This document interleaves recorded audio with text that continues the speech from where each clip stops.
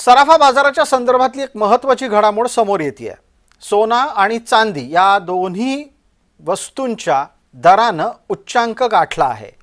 2 दिवसांमध्ये सोन्याचा दर 1200 रुपयांनी वाढलाय।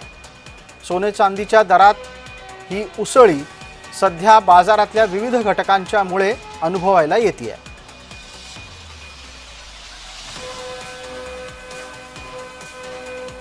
आमचे प्रतिनिधी जुगल पाटील यांनी या संदर्भात चर्चा केली आहे, पाहूया। सर, काय सांगणार, जळगावच्या बाजारात पुन्हा एकदा आज सोन्यामध्ये व चांदीमध्ये मोठी भाववाढ झाली आहे। सोन्याचे दर 1200 तर चांदीचे दर हे 10,000 रुपयाने वाढले आहे। काय कारण यामागची? यासाठी खरं तर देशांतर्गतच कारणे नाही, पण भौगोलिक दृष्टिकोन बघता, जागतिक दृष्टिकोन बघता तर जगाच्या पाठीवर जे जे सध्या कारणं ठरत आहे ते सर्व कारणं याला जबाबदार आहेत।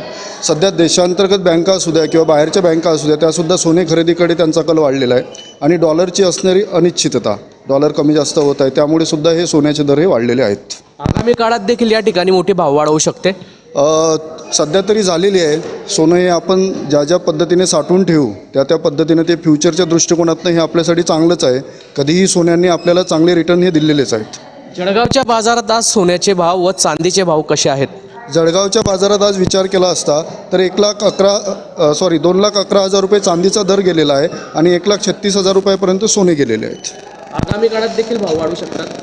भाव वाढू शकतात असं हे सांगता येणार नाही, परंतु ही बघता वाढ तर हे वाढ झाली तरी हे चांगलीच आहे, कारण की कुठलेही रिटर्न हे आपल्याला चांगलेच मिळत असतात। गुंतवणूकदार सोनं हे खरेदी करणं आता परवडणारं आहे ग्राहकांना, कारण परतावा जास्त देते। अगदी बरोबर प्रश्न आपण विचारलेला आहे। त्या दृष्टिकोनातून सुद्धा आता कंपन्या विचार करायला लागलेला आहे।